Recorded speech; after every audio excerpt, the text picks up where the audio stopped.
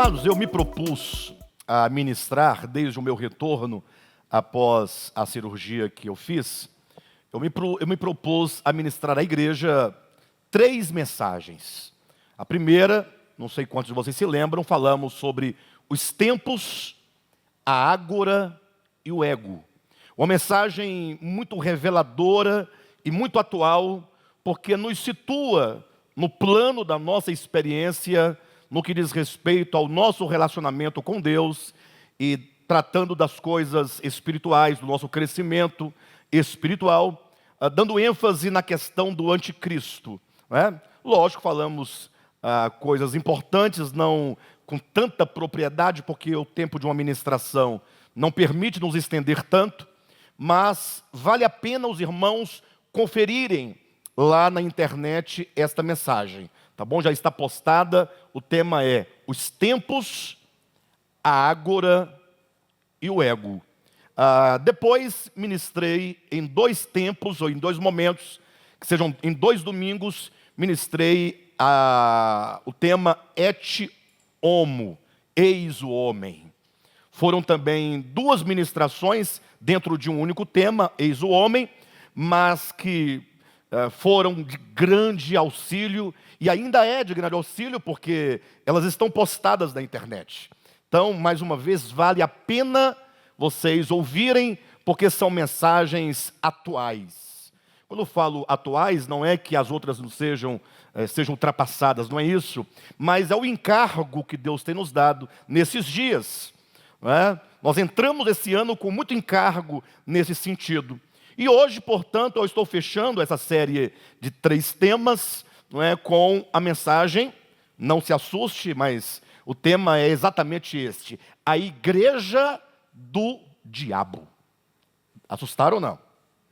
Daqui a pouquinho vocês vão entender por que esse tema foi escolhido. Agora, antes de eu entrar propriamente no tema, eu vou pedir muita atenção de todos vocês hoje, mas muita atenção.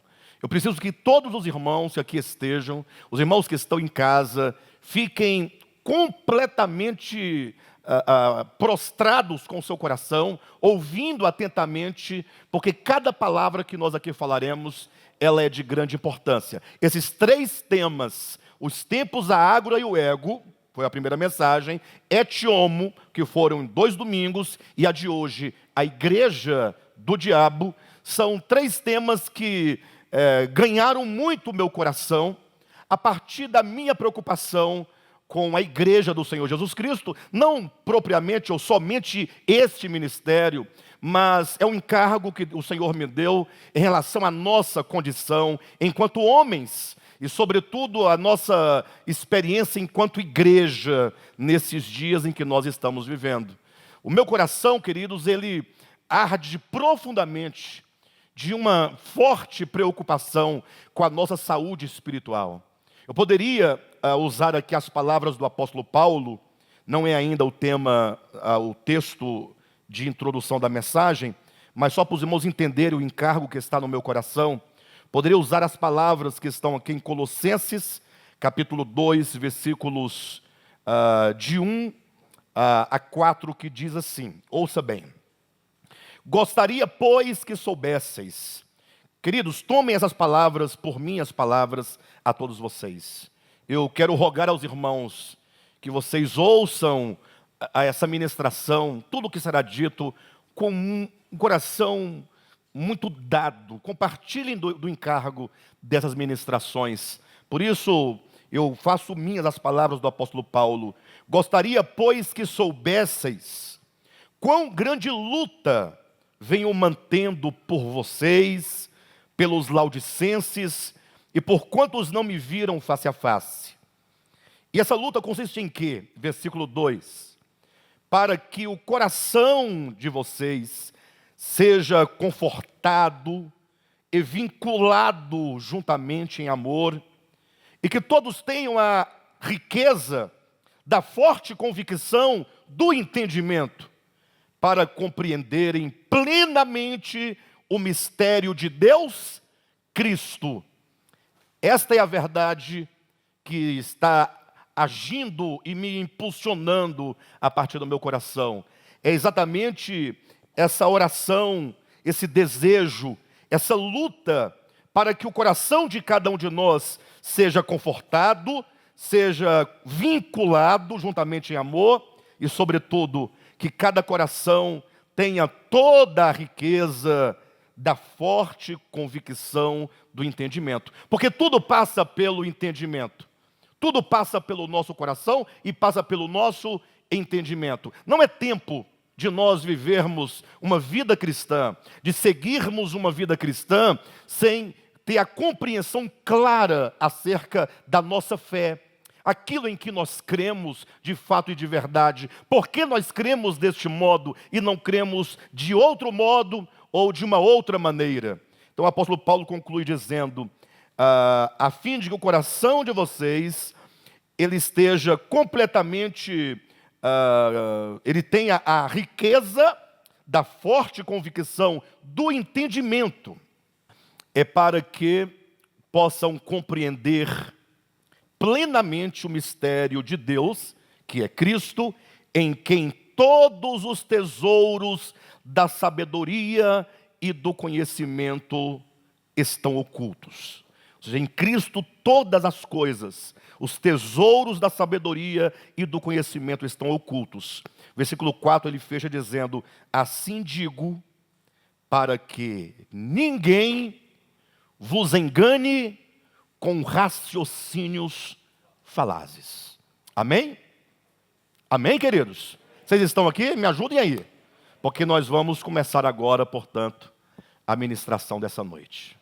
Segundo aos Coríntios, capítulo 11, leia comigo os versículos 13 a 15, que dizem assim, porque os tais são falsos apóstolos, obreiros fraudulentos, transformando-se em apóstolos de Cristo.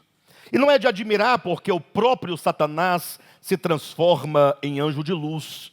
Não é muito, pois, que os seus próprios ministros se transformem em ministros de justiça, e o fim deles será conforme as suas obras.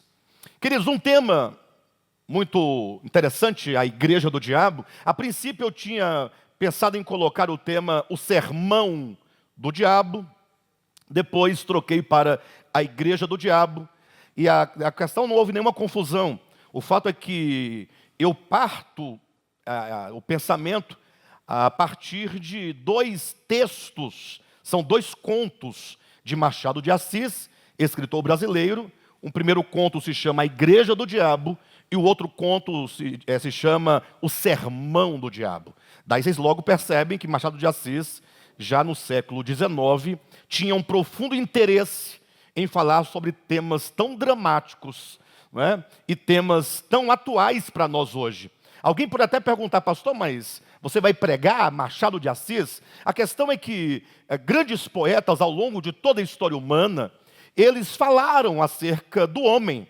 A visão literária é para mostrar o homem, a condição do homem, da sociedade num dado momento, e não poucos poetas tiveram um olhar bastante agudo e, por serem poetas, também tinham ali uma linguagem bastante engenhosa para mostrar a condição do homem num dado momento. E não raras vezes poetas, ainda que sendo considerados profanos, no sentido de que não é um profeta bíblico ou nada do gênero, mas foram pessoas que falaram sobre a questão da vida religiosa, não dando um parecer a favor ou contra, mas apenas para expor, para mostrar e revelar as coisas que estavam acontecendo no seu tempo. Então, não poucos poetas ou dramaturgos, ou que seja literatos, falaram da questão da espiritualidade, da vida espiritual de seu tempo, e que hoje, nós lendo esses textos, nós podemos perceber a íntima relação que esses textos têm com o que a Escritura fala a respeito dos homens e a respeito da experiência dos homens em relação a Deus no seu tempo. Então é esse diálogo que eu quero fazer nessa noite, e chamando a atenção logo para o tema, né? A igreja do diabo. Isso logo leva alguém a pensar, puxa, eu já ouvi dizer na igreja de Satanás. Alguém já ouviu falar sobre a igreja de Satanás?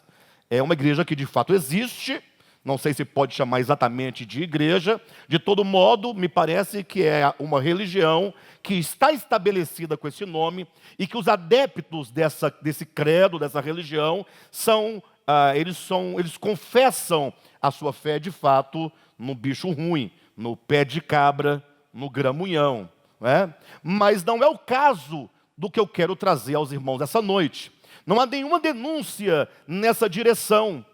Isso porque, quando nós lemos aqui o primeiro texto bíblico, segundo aos Coríntios, capítulo 11, versículos 13, 14 e 15, veja como que Paulo nos adverte, dizendo que esses tais, aí é preciso que nós leiamos os versículos anteriores, ele ali está fazendo no seu tempo uma denúncia de uma série de pessoas no seu tempo que se passavam por pastores, que se apresentavam como apóstolos, que se apresentavam como obreiros, que se apresentavam como bispos, que se apresentavam como evangelistas, que se apresentavam como líderes religiosos, e isso no tempo de Paulo. Nós também temos nosso tempo. E aí vale a pena nós começarmos a fazer rapidamente uma comparação dos tempos. O tempo de Paulo, o tempo de Machado de Assis e o nosso tempo. Para mostrar como que as coisas não mudaram do tempo de Paulo, primeiro século da era cristã, século XIX de Machado e agora século XXI, que é o nosso tempo. E Paulo vai dizendo, porque os tais são falsos apóstolos. Interessante, olhe para mim por um momento.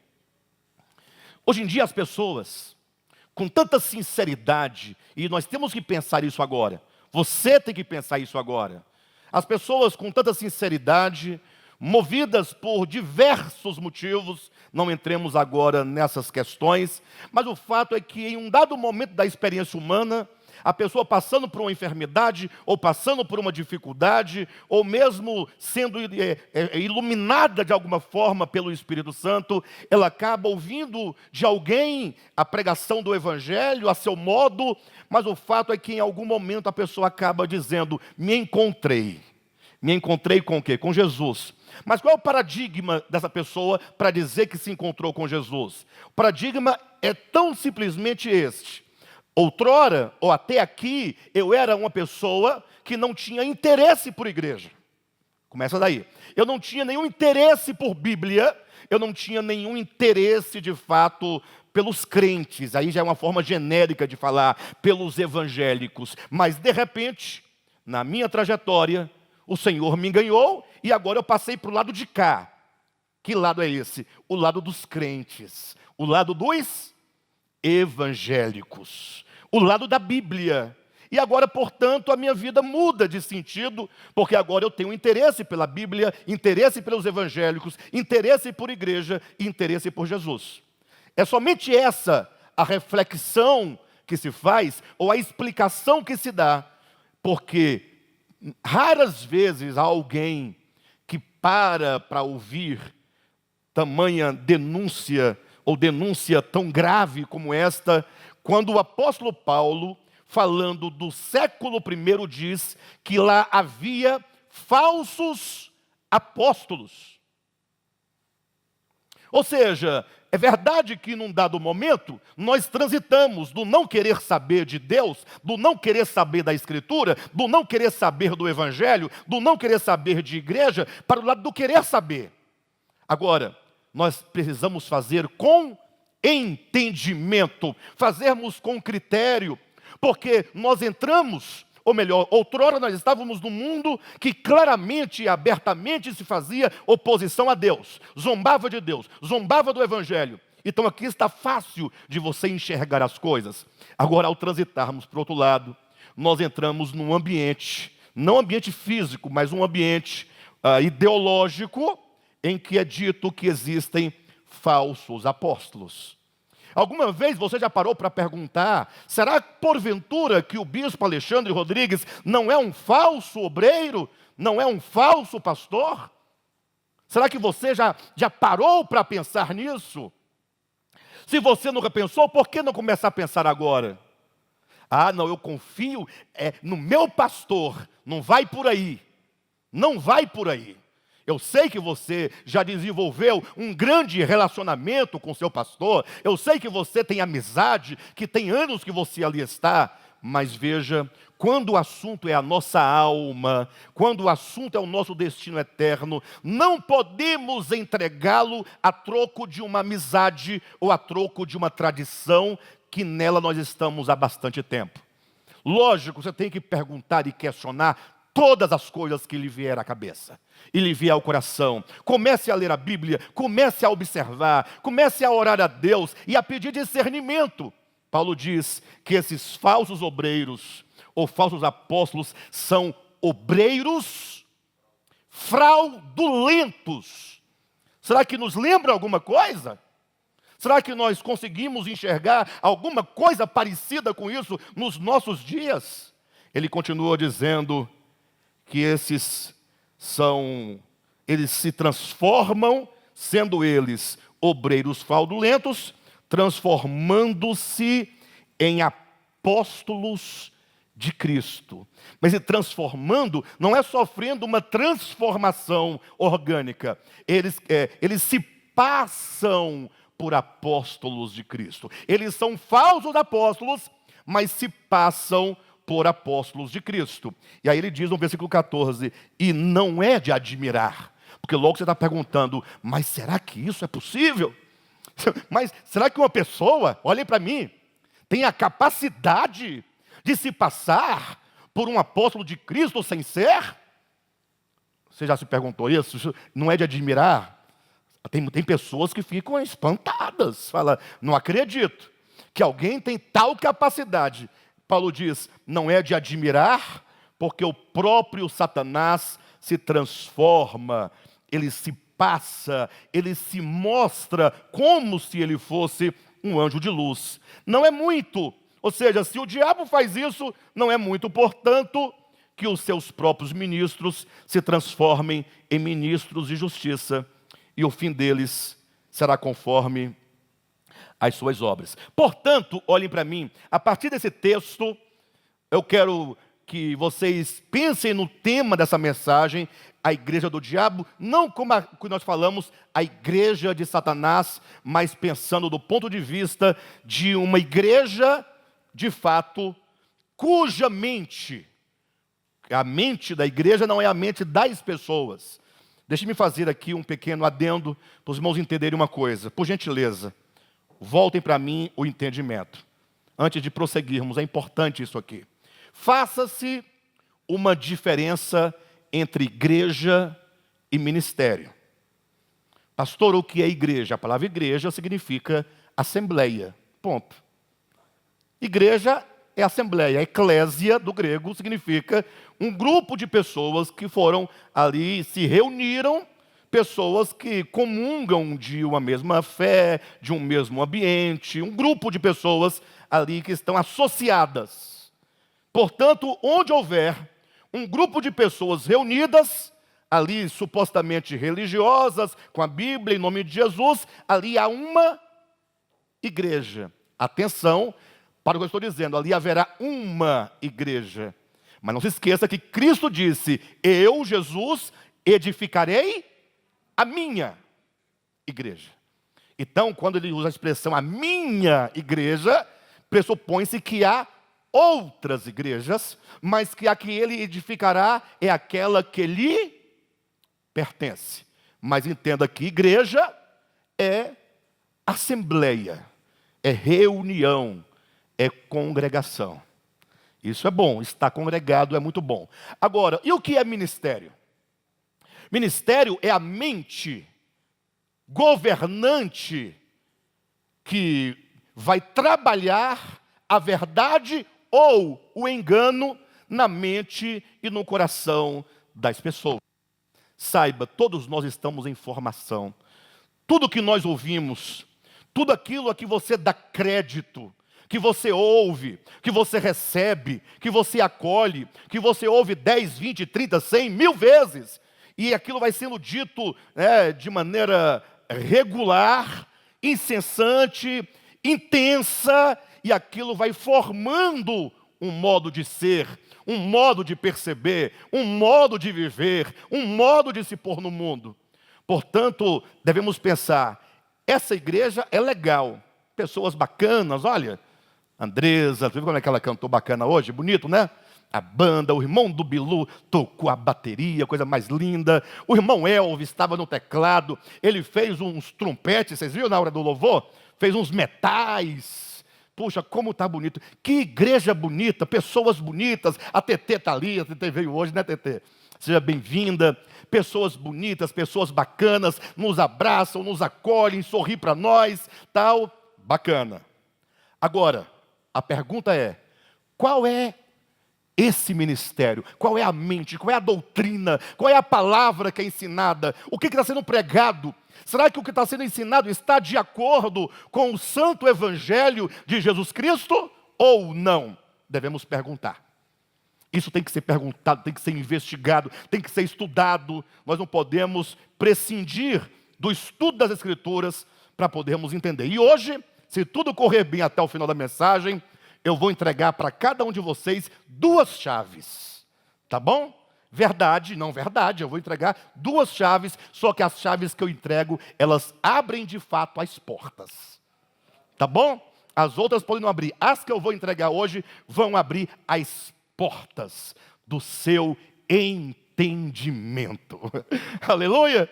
Glória a Deus. Portanto, quando eu digo igreja do diabo, eu não estou me referindo ao que dizem igreja de Satanás, como se entende aí na história, mas estou dizendo de igrejas, ajuntamentos, em que uma mente diabólica está à frente, governando, pregando, ensinando diabolicamente aquilo que vai de encontro à vontade do nosso Deus. Portanto, presta atenção. Machado de Assis, ao escrever esse conto, A Igreja do Diabo, eu vou ler um pedacinho para vocês, coisa rápida, até porque o conto é bem pequeno. Ao chegar em casa, vocês podem colocar lá na internet, e já vai, são 6 folhinhas, rapidinho você lê todo o texto, mas o conto, e cuidado, o conto é ficcional, ou seja, nada do que ele diz, em termos de enredo, é verdadeiro. Nada disso aconteceu. Mas ele criou uma trama para falar de algo que estava acontecendo no seu tempo. Ele cria imagens. Ele cria um enredo ficcional, não verdadeiro, para embutir aquilo que ele quer dizer e aquilo que ele quer denunciar. Tudo bem? Se nós conseguirmos olhar por este ângulo, tudo fica muito simples. Agora, se você não olhar por esse ângulo, você vai sair por aí conversando fiado, dizendo que agora o pastor Alexandre disse que aconteceu assim, assim, sem ter acontecido. Tá bom? Mas imagine vocês que Machado começa o seu conto dizendo que certa ocasião, preste atenção, diz que o diabo se cansou da sua monotonia. Cansou de ser coadjuvante. Ele cansou de, embora ele tenha alguns lucros no seu empreendimento, mas ele parou e pensou, puxa, eu estou tão desorganizado, eu não tenho uma organização que seja minha, alguma coisa formal, alguma coisa que eu possa presidir. E aí ele então pensou e teve uma esplêndida ideia. Ele resolveu, vou montar a minha igreja. Já imaginou o diabo pensando, vou montar a minha igreja. E começou a projetar como seria a igreja dele. Mas antes de ele colocar em prática esse empreendimento, resolveu ir a Deus, ao Pai, para poder comunicar-lhe, comunicar o que ele faria. Não foi pedir a Deus permissão, foi apenas dizer, olha, estou aqui para dizer que eu cansei de ocupar o segundo plano na história. Eu agora quero ser o principal. E para tanto, para eu ser o principal, ter esse papel de protagonista, somente eu montando a minha igreja. E sabe de que maneira eu farei?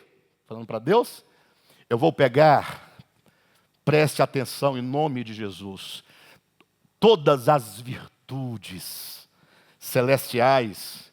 E ele abre um parêntese e diz, porque eu estava observando que as virtudes tuas, ó Deus, elas são de seda, mas o Senhor fez um babado de algodão E, portanto, eu vou pegar no fio e eu vou começar a desfazer essas virtudes, puxando pelo fio.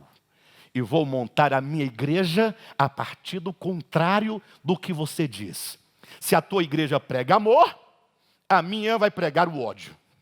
Se a tua prega o não apego aos bens materiais, a minha vai pregar a avareza. E assim, ele disse para Deus, Deus lhe deu a permissão, supostamente no conto, e aí então ele desce e ele começa o seu grande empreendimento. E eu vou ler aqui para vocês apenas um pequeno texto para vocês, trecho, para os irmãos entenderem bem o pensamento do Machado. Diz assim, presta atenção. Uma vez na terra, o diabo não perdeu um minuto. Deu-se pressa em enfiar a cogula, que é uma veste de frade, né? A cogula beneditina, como a veste sacerdotal, como um hábito de boa fama, e entrou a espalhar uma doutrina nova e extraordinária, com uma voz que reboava nas entranhas dos séculos. Ele prometia aos seus fiéis e prometia aos seus discípulos as delícias da terra, todas as glórias e todos os deleites mais íntimos. Em outras palavras, venha para a minha igreja e você terá tudo o que o seu coração terreno deseja. Era assim que falava, a princípio para excitar o entusiasmo, espertar os indiferentes, congregar, em suma, as multidões ao pé de si. E elas vieram, e logo que vieram, o diabo passou a definir a doutrina. A doutrina era a que podia ser na boca de um espírito de negação. A doutrina podia ser aquela que é na boca de um espírito de negação. A doutrina é para negar. Negar o quê? Negar a verdade.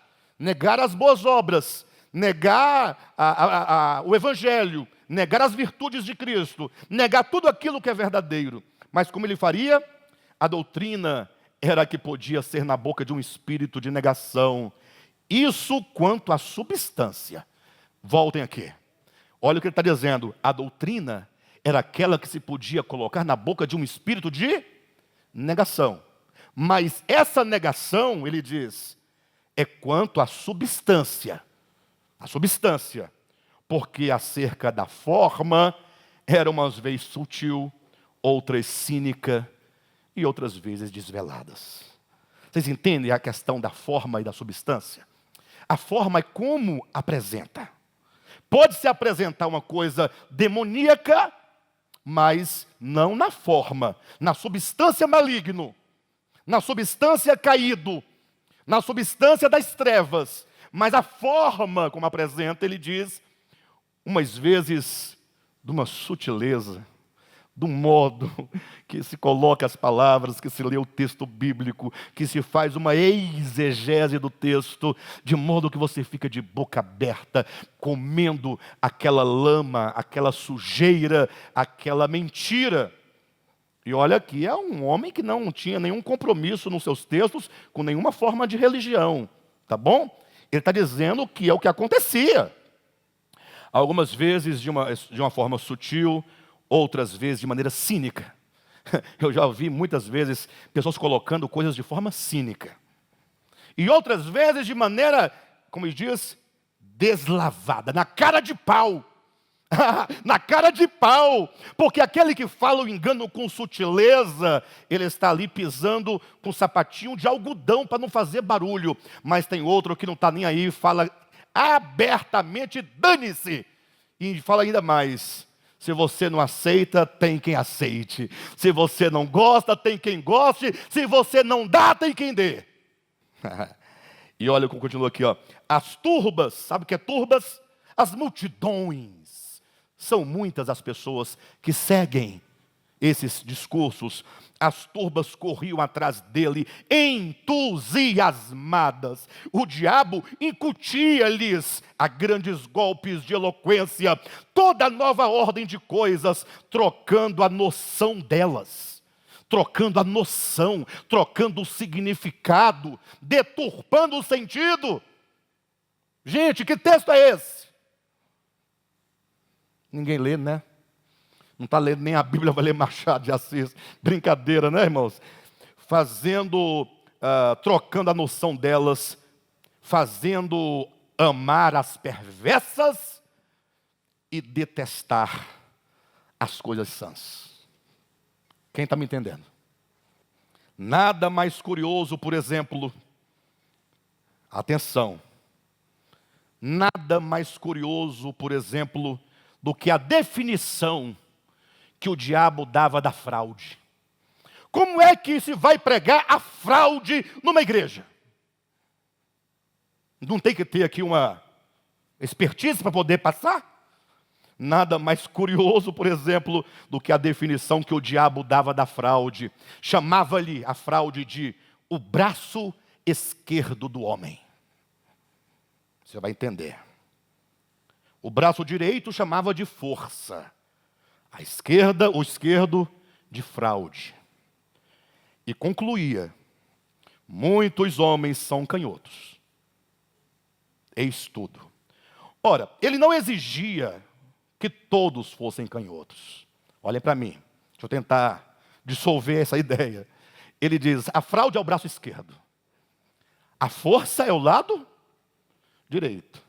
Aí ele diz: se o esquerdo é a fraude, o direito é a força, muitos homens são canhotos. Ou seja, se é canhoto, é o quê? Não. Rosilene, você é destra ou canhota? Destra, direita. Para você, quando você escreve com a esquerda, é normal? Não. Mas tem algum canhoto aqui? Quando você escreve, desculpe-me, é normal? Com a esquerda? É normal? E para ela? Mas justifica-se a fraude à esquerda dizendo o quê? É o quê? É normal, porque ele é canhoto, gente. É simples. Por que a fraude é normal? Ora, porque ele é canhoto. Pronto, resolvido o problema. Mas o outro que é destro? Força, violência. Primeiro ele diz, e concluía: muitos homens são canhotos, isso é tudo. Olha a simplicidade, para justificar a fraude. Muitos homens são canhotos. Aí você fala: é mesmo, né? Tem um canhoto, é verdade que tem um canhoto. Concluindo, ele diz assim: ora, ele não exigia que todos fossem canhotos. Na igreja, não, todos não tem que fraudar, não, só os canhotos. Agora, não exigia que todos fossem canhotos. Não era exclusivista, o diabo não é exclusivista. Que uns fossem canhotos, outros destros. Aceitava todos, menos os que não fossem nada. Ou você é violento ou você frauda. Mas você tem que ser alguma coisa, não pode ficar parado, né? Tem que fazer alguma coisa. A demonstração, porém, mais rigorosa e profunda foi a da venalidade. Foi quando você se vende. No caso do suborno. Olha o que ele explica sobre o suborno. A demonstração, porém, mais rigorosa e profunda foi a da venalidade, do suborno. Um casuísta do templo chegou a confessar que era um monumento de lógica.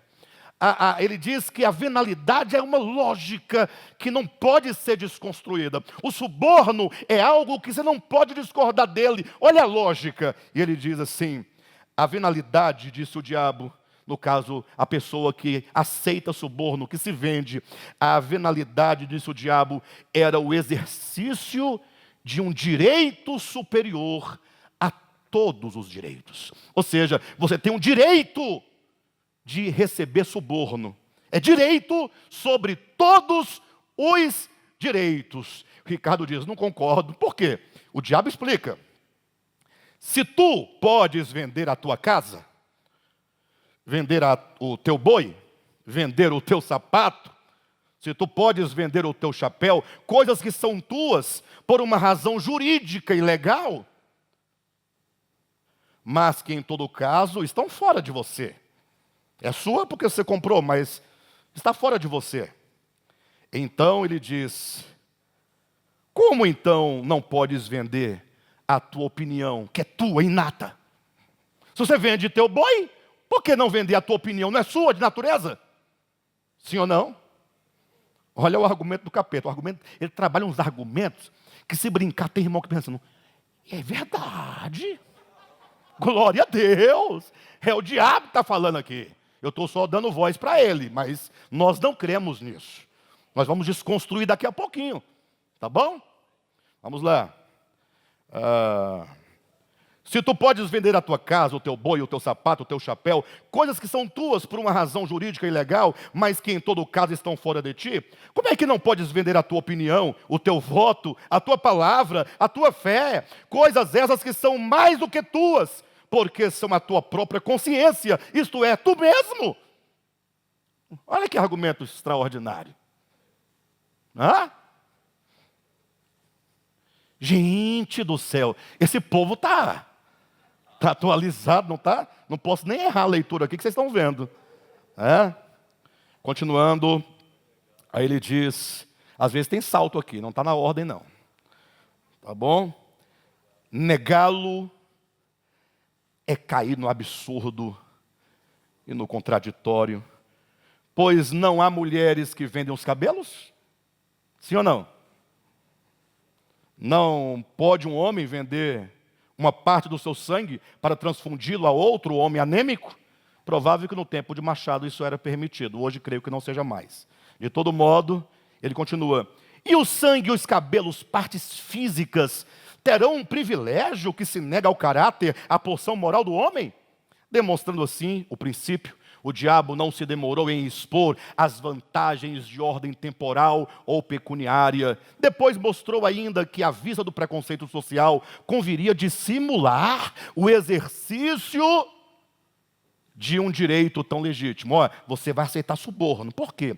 Porque você pode vender tua fé, teu voto, tua palavra, tua consciência. É teu, pode vender. É um direito dos direitos.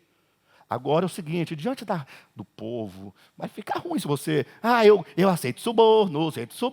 Aí o diabo fala, então é bom dissimular, fingir que não aceita suborno, mas aceita. Mas finja. Olha como o diabo vai trabalhando, né? Aí diz assim, conviria dissimular o exercício de um direito tão legítimo, o que era exercer ao mesmo tempo a venalidade e a hipocrisia, isto é, merecer duplicadamente. E descia, e subia, e examinava tudo, retificava tudo. Está claro que combateu o perdão das injúrias. É lógico que o diabo não ia aceitar os seus discípulos perdoarem as injúrias, né? Então, nada de pregação de perdoar injúria, né? Nada de perdoar. Dizia quem? O diabo. Tem muitos diabos por aí. Tem muitos diabos por aí. Lógico, claro, que combateu o perdão das injúrias e outras máximas de branduras e cordialidade. Não proibiu formalmente a calúnia. A calúnia gratuita, mas induziu a exercê-la mediante retribuição ou pecuniária ou de outra espécie. Nos casos, porém, em que a injúria fosse uma expansão imperiosa da força imaginativa e nada mais, proibia receber nenhum salário, pois equivalia a fazer a paga à transpiração. Todas as formas de respeito foram condenadas por ele como elementos possíveis de um certo decoro social e pessoal. Salva, todavia, a única exceção do interesse. Mas essa mesma exceção foi logo eliminada pela consideração de que o interesse, convertendo o respeito em simples adulação, era esse o sentimento aplicado e não aquele. Para arrematar a obra, entendeu o diabo que lhe cumpria cortar por toda a solidariedade humana. Com efeito, o amor do próximo era um obstáculo grave à nova instituição. ele mostrou que essa regra era uma simples invenção de parasitas e negociantes insolváveis. Não se devia dar ao próximo senão a indiferença, em alguns casos, ódio ou desprezo. Isso acontece? Chegou mesmo a demonstração de que a noção de próximo era errada. E citava essa frase de um padre de Nápoles, aquele fino e letrado Galiani, que escrevia a uma das marquesas do antigo regime: leve a breca ao próximo. Em outras palavras, mande ele para onde? Não diga. Não há próximo. A única hipótese em que ele permitia amar o próximo era quando se tratasse de amar as damas alheias, porque essa espécie de amor tinha a particularidade de não ser outra coisa mais do que o amor do indivíduo a si mesmo. Bem, por aí tá bom. Muito obrigado. Mas os irmãos ficaram impressionados com a agudeza. Alguém pergunta assim, mas o que o Machado quer dizer com isso? Olha, o texto literário ele tem uma razão de ser. Ele cumpre, por meio do poder poético, ele cumpre um papel de profeta, de denúncia. É como que ele dissesse assim, olha, vocês cristãos religiosos do século XIX, vocês dizem que são discípulos de Cristo, mas na verdade vocês são discípulos mesmos do diabo. Isso porque no outro conto de Machado, o sermão do diabo, não mais a igreja, mas o sermão, olhe para mim, ele diz que em certa ocasião, no mesmo sentido dessa paródia que ele faz agora com a escritura, ele vai dizer o seguinte, que em certa ocasião, olhe para mim, presta atenção, subiu o diabo no monte Corcovado. Ele está parodiando Mateus 5, que Jesus subiu no monte. Ali, provavelmente o Monte Tabor, né? Ou Monte das Bem-aventuranças, enfim. De todo modo, se Mateus coloca Jesus sentado sobre o monte, Machado coloca o diabo sentado sobre o Corcovado. Aí ele diz que os discípulos do diabo se reuniram em volta dele, e ele começou, portanto, agora a expressar o seu sermão. E aí ele faz o sermão da montanha às avessas, ao contrário. É como que ele diz assim, olha, nesse conto, vocês cristãos, vocês leem o texto de Mateus 5, 6 e 7, onde o Cristo fala das virtudes maiores que podem existir no cidadão do reino dos céus, mas vocês obedecem mesmo ao que o diabo diz, e não ao que o Cristo diz. E aqui Machado não está falando mal de Jesus e nem mal da Bíblia. Está dizendo, vocês crentes, é que tem um problema de dizer uma coisa e de fazer outra. Porque o que se defende mesmo são os preceitos do diabo. E nós temos que ficar atento a isso. Aqui eu faço a transição para o segundo momento da mensagem. Porque pensem vocês comigo, que o próprio Jesus, diversas vezes, ele nos advertiu contra essas coisas. Não é uma coisa que é da cabeça de Machado, não. Jesus diz em Mateus capítulo 7, versículos 21, 22 e 23, preste bastante atenção. Ele fala assim, olha, nem todo aquele que me diz, Senhor, Senhor, entrará no reino dos céus. Olhem para mim. Qual é a primeira assertiva de Jesus? Tem muita gente dizendo Senhor, Senhor por aí? Ei, com mãos levantadas, orando, cantando, lendo Bíblia, abrindo igreja, jejuando, fazendo campanha, dizendo em nome de Deus. Tem ou não tem? A Jesus fala assim, opa, presta atenção, nem todos os que dizem Senhor, Senhor. Começa daí. A primeira assertiva, não é porque você diz Senhor, Senhor, não é porque você se diz um cristão, não é porque você prega isso ou aquilo outro, que você entrará no reino dos céus. Essa é a primeira assertiva. Isso tem que nos impactar. Isso tem que ser determinante. Porque você não pode ver alguém dizendo Senhor, Senhor, que começa a tremer e estender as mãos para receber a bênção. Para de bobagem. Para de infantilidade. Olha a sua idade, século 21. E você, assim, recebe o que você está recebendo? Para de querer receber o que você não sabe, o que estão lhe entregando. Comece a observar. Vamos levar mais a sério a questão da fé. Nem todo aquele que diz Senhor, Senhor, entrará no reino dos céus. Segunda assertiva, mas vai entrar no reino do céu aquele que faz a vontade do meu Pai celestial. Essa é a segunda assertiva. Ou seja, não basta dizer Senhor, Senhor, tem que fazer a vontade do Pai celestial. Nem todo aquele que diz Senhor, Senhor entrará, mas somente aquele que faz a vontade do Pai celestial. Olhem para mim, Jesus continua dizendo, muitos. Nós temos que enxergar, são muitos. É Jesus que está dizendo, não sou eu, estou lendo para vocês. Muitos, vírgula, naquele dia.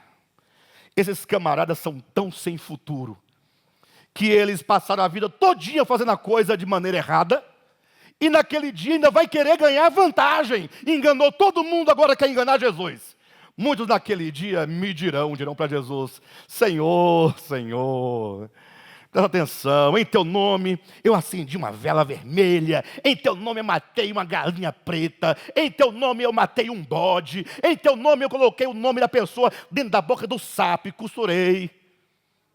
Não?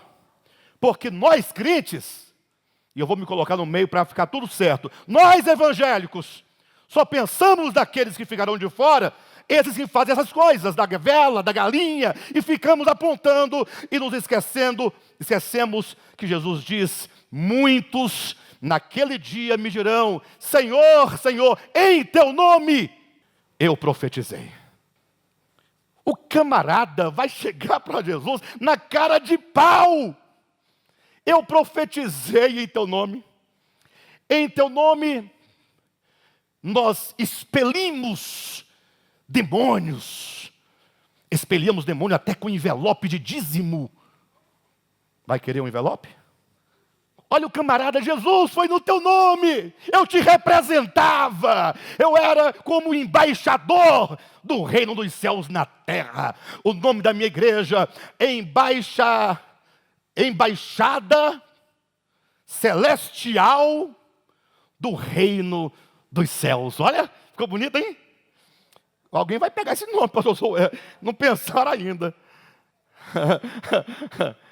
Nós, em teu nome expelíamos demônios, em teu nome nós fizemos uma meia dúzia de milagres. Muitos milagres. Essa turma, Jesus diz assim, então, esse então também tem que valorizar. Os conectivos, eles dão importância, dão segmento, dão ênfase, criam uma lógica semântica que está sendo dito. Então, hein? Fala aí no seu lugar, então. Pastor, o que vai acontecer? Olha, então quer dizer, o que se segue? Quando eles disserem, Senhor, eu fiz tudo isso. Então, eu lhes direi como? Não, eu lhe direi de que maneira? Explicitamente. Não vou usar parábola, nem profecia, nem texto poético. Eu vou falar na cara, na lata. Nunca eu vou os conhecer. Duas palavras, quem é você? Não, eu sou... Não conheço. Pastor, mas Jesus não conhece a todos? Ele não é onisciente? A ideia aí de não conhecer é mais ou menos assim. Você imagina, presta atenção. Eu estou num lugar, aí de repente chega o Josué, né? Não, o Josué chega num lugar e fala, o Alexandre falou assim, assim, que tem que ser assim, assim, assim, assim, assim. Aí eu chego. Como é que é? Eu falei o quê? Pois é, o Alexandre. Eu te conheço? Eu te mandei falar isso? Eu te autorizei a falar isso? Eu não sei quem é você. Não fica ruim para ele? Ele não fica desautorizado? Quando diz o texto, eu lhes direi explicitamente, nunca vos conheci, quer dizer, você saiu você pregou, você expulsou o demônio, você fez tudo o que quis fazer, só não fez a vontade do meu Pai. Entretanto, a despeito de ter feito tudo isso, usando o meu nome, eu nunca te autorizei a usar o meu nome. Você falou em meu nome, mas não fui eu que mandei. Você fez isso e aquilo no meu nome, mas não fui eu que mandei.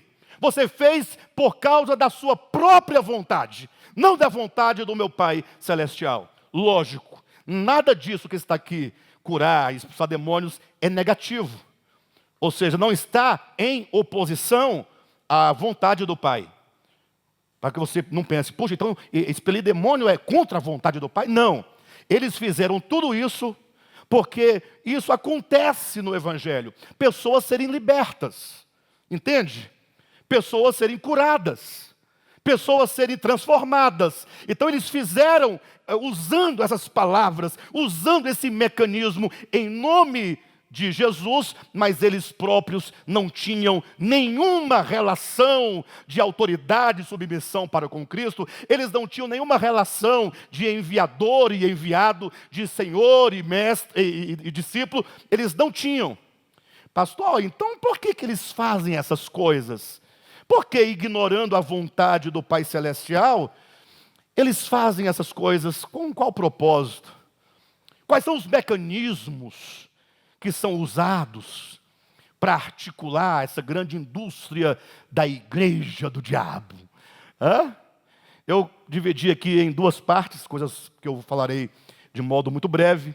Coloquei primeiramente as motivações. O que motiva alguém a proceder deste modo?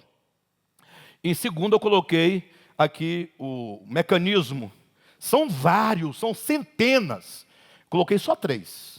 Só vou falar 3. É rápido, tá? Porque é tudo citado. Mas o importante é vocês entenderem aquilo que é básico. Então, as motivações. Primeiro, por que alguém abriria uma igreja do diabo? Aí já dá para entender o que é a igreja do diabo, né, pessoal? Agora já sabe, né? Não sai por aí procurando. Cadê a igreja do diabo? Assembleia não é, Batista não é. Pastor, não encontrei a igreja do diabo. A igreja do diabo não é uma placa, é uma mente, é um propósito, é um objetivo, é um interesse, que vem tudo embutido em doutrinas, para que você não perceba.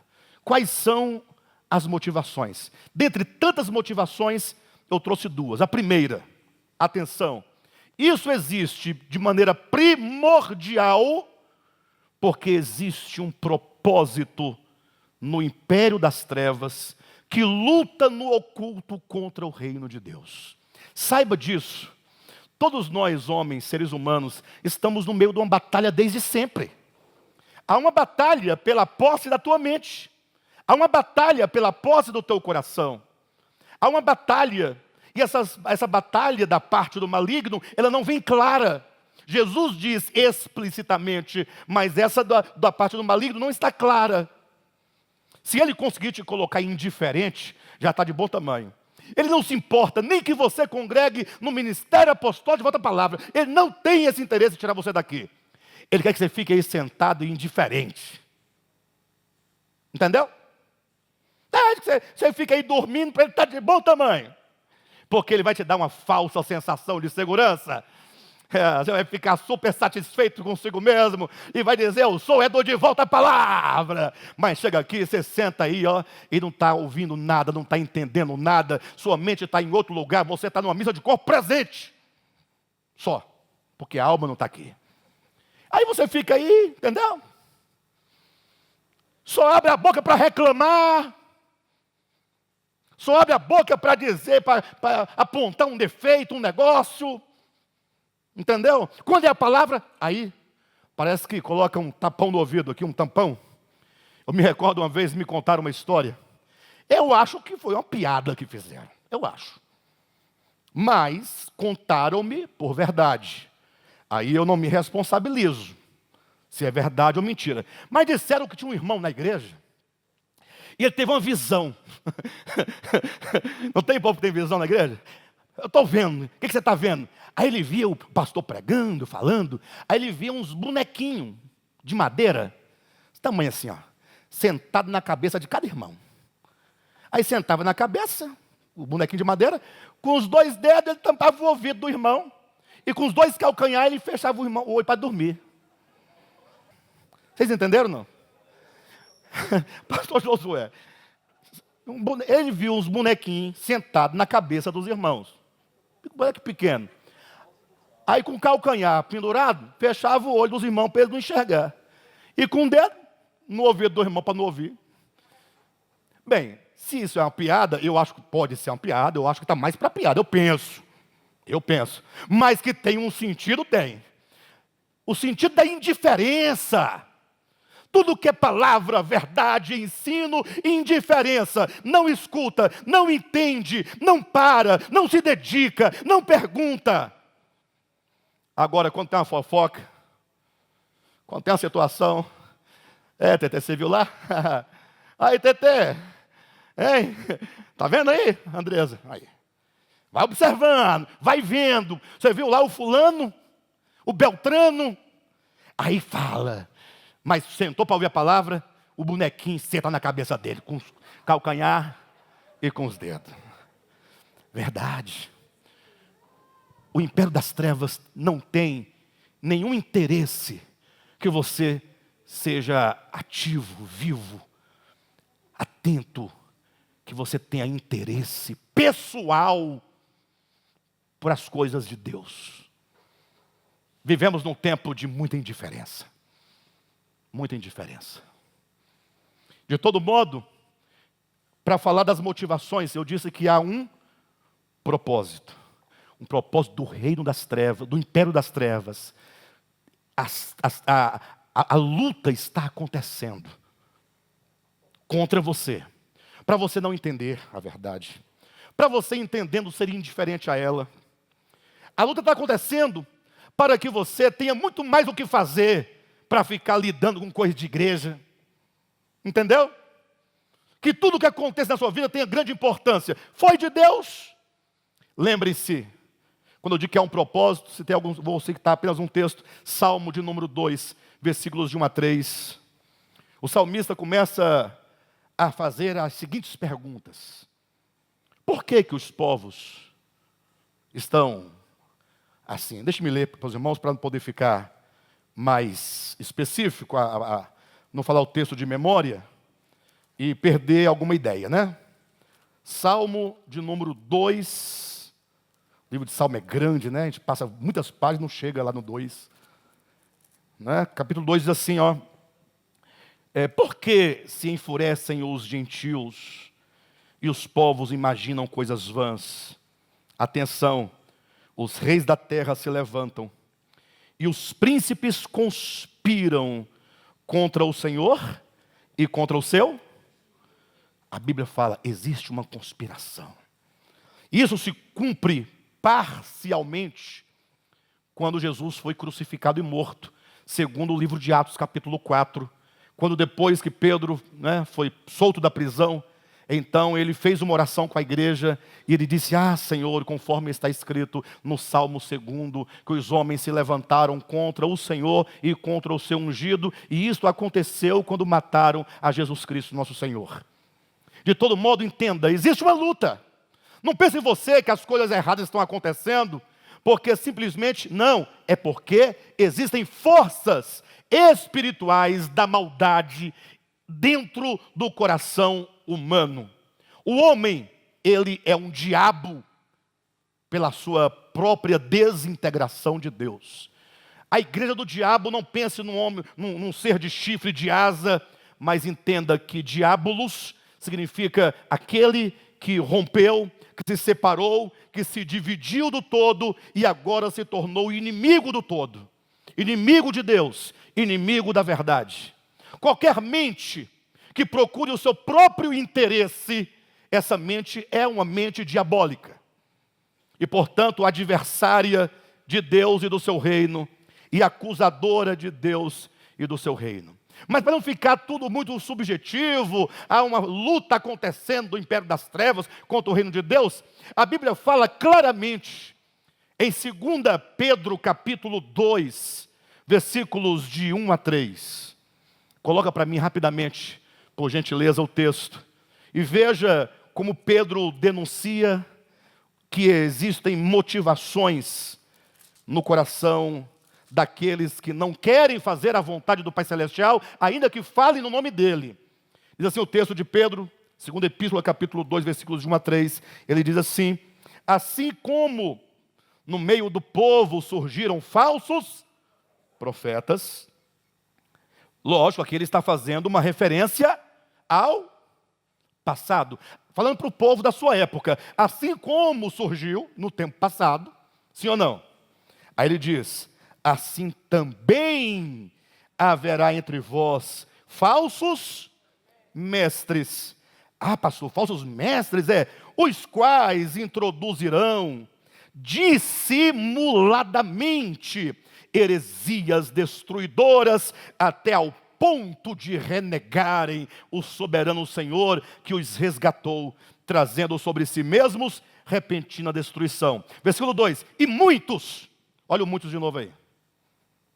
Se são muitos os que enganam, são muitos os que e muitos seguirão as suas práticas libertinas. E por causa deles será o quê? Infamado o caminho de quê? Chegue num salão de beleza, chegue numa banca de revista, chegue num bar, num ambiente neutro, e fale assim: o que vocês acham de igreja? O que eles vão dizer para você? Vão dizer o que para você? A primeira coisa que vão dizer para você: dinheiro. Primeira coisa, vai lá, dinheiro. Quer ganhar dinheiro, Pedrão? Quer ganhar dinheiro? Dinheiro, dinheiro. Abre uma igreja. Hã? Te ofereceram? Você não quis? Está aí. Não leu o sermão, não ouviu o sermão do diabo? Ah, você prefere o de Cristo. Glória a Deus.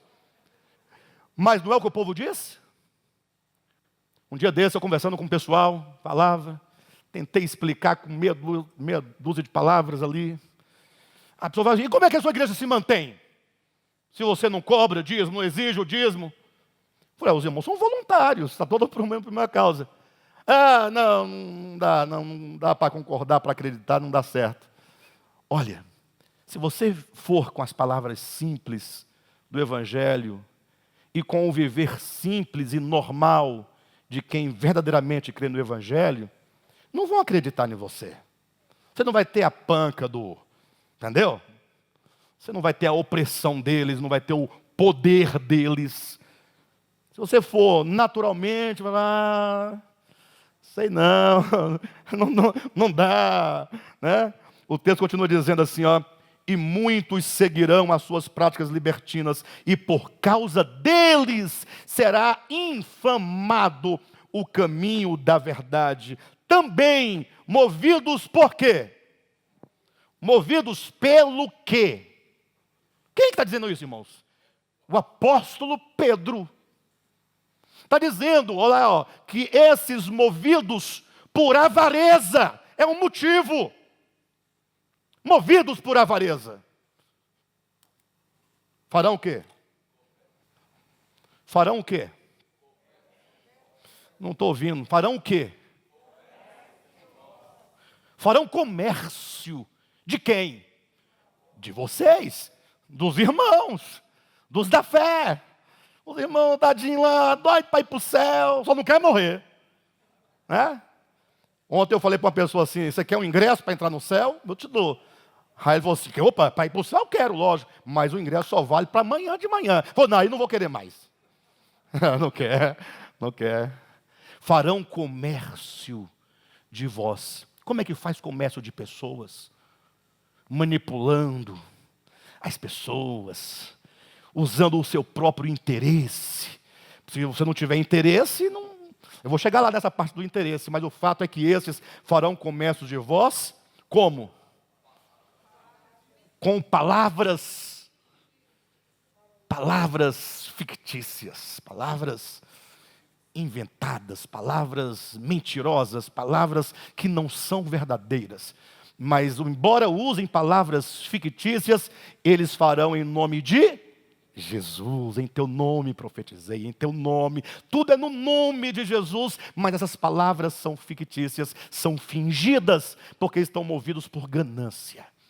Então, fiquem esses dois propósitos. Há uma razão. Primeiro, há uma luta, um propósito do império das trevas para que o reino de Deus não prospere. Entenda isso. E dois, os instrumentos que o império das trevas vai usar são esses homens gananciosos que têm uma linguagem preparada, armada, trabalhada para enganar as pessoas, a fim de fazer comércio do povo de Deus. Perfeito? Pastor, e quais são os mecanismos que eles usam? Como é que acontece? Eu só coloquei aqui 3, que para mim, para hoje é o suficiente falar isso. Depois pode fazer uma conferência para falar os 1000 mecanismos do diabo. Para você conhecer tudo. Não, os 1000 fica ruim. Os 1001 fica mais bonito, não fica? Para dar uma... E qual que é o 1001º? Qual será, né? Só fica pensando. De todo modo, mecanismo. Primeiro mecanismo do diabo para enganar você. Você não imagina nunca. Quem adivinhar... Tá vendo? O pastor agora é de adivinhação, vamos dizer, né? Quem acertar, tá bom. O primeiro mecanismo que o diabo usa contra a sua alma, para te enganar. Belu, te engano. Qual é o primeiro mecanismo? Estava lá Jesus no deserto. Apareceu-lhe o diabo. A princípio, até nesse momento, ingênuo. Só que ele é esperto, rapidinho ele aprende as coisas. O diabo aprende rápido. Quem aprende devagar e quase nunca são os crentes. Ouve, não estou entendendo. Passou de meia hora, não entendo mais nada. Não fica nada. Mas o diabo, ele é terrível. Olha para mim. Jesus no deserto, apareceu o diabo. Saiu atrás da pedra. Jesus, o que está, diabo, aqui? Aí o diabo, se tu és o Filho de Deus, manda que essas pedras se transformem em pães. Essa aqui é aquela Bíblia em áudio que tem essa vozinha, já viram? Vocês ouviram a Bíblia em áudio? Vai saber por que colocaram essa voz, né? Aí, disse Jesus, não só de pão viverá o homem, mas de toda a palavra que procede da boca de Deus. O diabo, opa, peraí. Está escrito, não só de pão, ao diabo, então é agora. Aí levou Jesus para o pináculo do templo, para a ponta da sé, equilibrando, para não cair. E o diabo salta daqui abaixo. Aí ele puxou uma Bíblia de couro fino, dessas douradas, que tinha até harpa cristã no final, acolopada. Nada contra a harpa cristã, estou tentando apenas fazer vocês entenderem, porque de outra maneira vocês não entendem. Então eu coloco um lúdico para ver se... Aí o diabo salta. O diabo começou a pregar para Jesus. Porque no Salmo 91 está escrito a teu respeito, que ele, o Pai, enviará os seus anjos. Olha o diabo, a linguagem dele, o diabo sabe o Salmo 91. Ele recita o Salmo 91. Ele não tem medo do Salmo 91. Poxa vida, se ele tivesse medo, não teria recitado para Jesus. E você fica com a Bíblia no Salmo 91 para espantar o quê na sua casa? Nada. Só para ficar as páginas amarelas, cheia de poeira. Aí você vai ler, começa a espirrar, por causa do pó. Aí fala, não posso ler a Bíblia porque tem rinite. Boa desculpa. Aí o diabo foi recitar o Salmo 91. Está escrito. Esse é um mecanismo. O diabo, como nós lemos no primeiro texto bíblico, 2 Coríntios capítulo 11, ele se transforma em anjo de luz. Ele vem com Bíblia, com paletó, com gravata. Ele coloca os chifres para dentro. Tipo aquelas antenas de carro antiga. né? Para você não ver o chifre dele. Mas está lá. E aí ele te engana. Ele fala, está escrito. Quando o diabo diz, faça isso porque está escrito. Dê tudo que você tem, porque está escrito que Abraão levou seu filho Isaque, o filho que ele amava, e entregou no altar de Deus. Traga tudo. Porque está escrito. E você fica, é verdade, está escrito. O que está escrito? Primeiro, você quer citar Gênesis 22? Eu não vou na sua onda, mas Gênesis 22. Deus pediu? Não, o texto. Pediu? Tá. O outro está pedindo? Então tá certo. Abraão levou? O pessoal está trazendo? Está levando? Então tá certo. Quando ele aí, Abraão colocou no altar? Hoje o povo coloca no altar? Tá tudo certo. Deus mandou devolver ou ficou com o filho? Aqui devolve ou fica para ele? Então está errado a hermenêutica deles. A hermenêutica está errada. Nem precisa de revelação do significado do texto. É só fazer a comparação.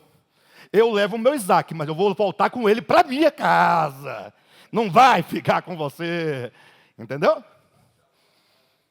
Coloca a chave, mas pega de volta. Agora em ressurreição. Aleluia. Vocês estão entendendo, pessoal? Veja, a escritura será usada. Em outro momento, meu tempo já está esgotado, eu vou poder dizer para vocês vários exemplos de como é possível se manipular as escrituras, seja pelo desconhecimento, seja pela maldade, e seja por outros motivos que na ocasião apropriada eu posso falar. Agora, tem um outro mecanismo que se usa. É o mesmo mecanismo do 171. Vocês sabem o que é o 171? Alguém já caiu aqui no golpe de 171? Uma boa. Tá, vou dar outro nome para vocês. Alguém já caiu no joguinho das bolinhas? Aquelas tampinhas? Tá aqui, não tá aqui, tá aqui. Aí você, opa. Alguém já caiu? O Ishma caiu. O Raimundo caiu no joguinho das bolinhas. Quem mais? O Lecito caiu. Vai voltar contra vocês. Quem mais caiu, pessoal? Por que vocês caíram? Quem não falou também caiu. Para de bobagem. Para cima de mim. A Rosilene já caiu. Aí, agora vai dizer que não caiu. Sabe o que é? 3 tampinhas de forminha de bolo, daquelas de empada. Uma bolinha de espuma. Aí ele faz assim, bem devagarzinho. Tá. Aí, onde está a bolinha? Ele vira de costa, fingindo que está olhando o tempo, a paisagem. Aí o parceiro dele que está aqui, fingindo que é igual a você, tonto. Aí ele levanta para te mostrar. Aí você... Olha o sorriso, ó. Eu sei onde está a bolinha. Eu sei. Aí o outro vira de novo.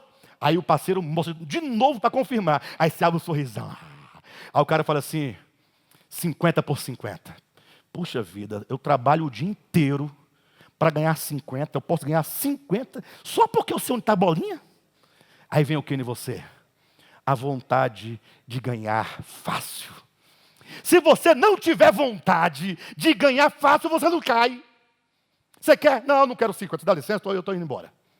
Não quer? Eu não quero ganhar. Não, mas é de graça. Eu não quero seu dinheiro, até me sentiria mal em levar teus 50, porque eu sei onde está. Seria maldade da minha parte, injustiça. O jogo não seria honesto. Você falando por desonesto. Não seria honesto eu ganhar seu dinheiro. E vai embora. O 171, ele é como um lutador de artes marciais. Uma vez eu vi uma luta, um menininho, velho. Aí quando eu vi o camarada que ia lutar contra ele, maiorzão, mas... Eu falei, gente, será que o peso está compatível dos dois? Porque o outro era menininho. Era assim, o bracinho era meio tortinho, mas era assim. O outro já era mais encorpado. Eu falei, esse pequenininho já perdeu. Rapaz, o pequenininho corria daqui, escondia atrás dele, grudou nas costas dele. O grandão não conseguia tirar ele das costas, ele grudou aqui, ó. Ele corria, o pequenininho nas costas, não saía lá em cima, até que conseguiram cair no chão. E o pequenininho deu uma chave no pescoço, o outro ficou. O que acontece? O inimigo usa a tua força contra você mesmo. Usa a tua ganância contra você mesmo. Pastor, eu quero uma casa própria. Tem vários meios. Faça uma inscrição na X. Ah, não sai. Mas é um meio. Inscrição, governo. Uma hora sai. Faça um planejamento com o seu marido. Faça um consórcio. Economiza daqui. Vai juntando. Uma hora você consegue dar uma entrada. Depois você entra aí nas parcelas e fica até Jesus voltar. Mas comprou. Agora, eu vou falar para você trazer uma oferta do valor do seu aluguel para mim, para Deus te dar uma casa. Você não tem vergonha de falar isso? Eu teria vergonha. Mas não, do outro lado tem alguém cuja ganância é às vezes maior do que aquele que oferece a recompensa. E aí o jogo funciona. Dois gananciosos funcionam. Você entende? É um mecanismo.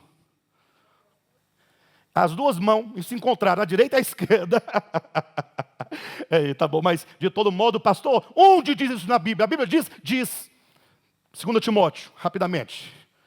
Irmãos, eu tenho que entregar 2 chaves. Eu acho que eu vou entregar só semana que vem essas chaves. Hoje não vai dar. Calma. É porque são chaves que demora a abrir. Tem que ensinar a girar. 2ª Epístola de Paulo a Timóteo fala exatamente isso que nós estamos acabando de falar. Capítulo 4, versículos 3 e 4. Versículo 3. Pois haverá tempo. Isso é Paulo profetizando. Pois haverá tempo. Isso ele falou há 2000 anos. Apontando para um tempo futuro. Esse tempo futuro já chegou há muito tempo. Pois haverá tempo em que não suportarão a sã doutrina. Lógico. Por que será que não vão suportar a sã doutrina? Pelo contrário, cercar-se-ão de mestres segundo as suas próprias cobiças, como que sentindo coceira nos ouvidos.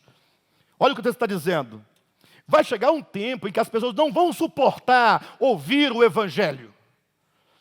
O Evangelho diz assim, olha, tem uma espada aí. O que você quer com uma espada? Arrancar o pescoço de uma pessoa. Ninguém vai andar com uma espada para coçar o ouvido, né, irmãos? Vai? É para cortar o pescoço de alguém. Na primeira oportunidade, você saca a espada. Aí Jesus fala, embainha a tua espada. Guarda. Quem com ferro fere. Isso é muito ruim de ouvir. Coisa boa mesmo é violência. Afinal, a mão esquerda é a fraude, a direita é a força. Então, chegará um tempo, diz a escritora, em que as pessoas se recusarão. Eu não quero ouvir o Evangelho. Eu não quero ouvir essa palavra. Mas por quê? Aí diz, pelo contrário, ao invés de buscarem a sã doutrina, se cercar-se-ão, ou cercar-se-ão. Elas vão se cercar, elas procuram esses falsos mestres, elas vão atrás dos falsos mestres, como que sentindo uma coceira nos ouvidos, e o que as faz com que elas busquem esses falsos profetas é a sua própria cobiça. Ela quer ouvir algo que seja compatível ao que elas próprias têm no coração, a cobiça. Então, não haverá falso profeta que tenha êxito se porventura não houver do outro lado alguém com uma ganância tanto quanto a do falso profeta para poder fazer o jogo do negócio com as coisas de Deus. Perfeito?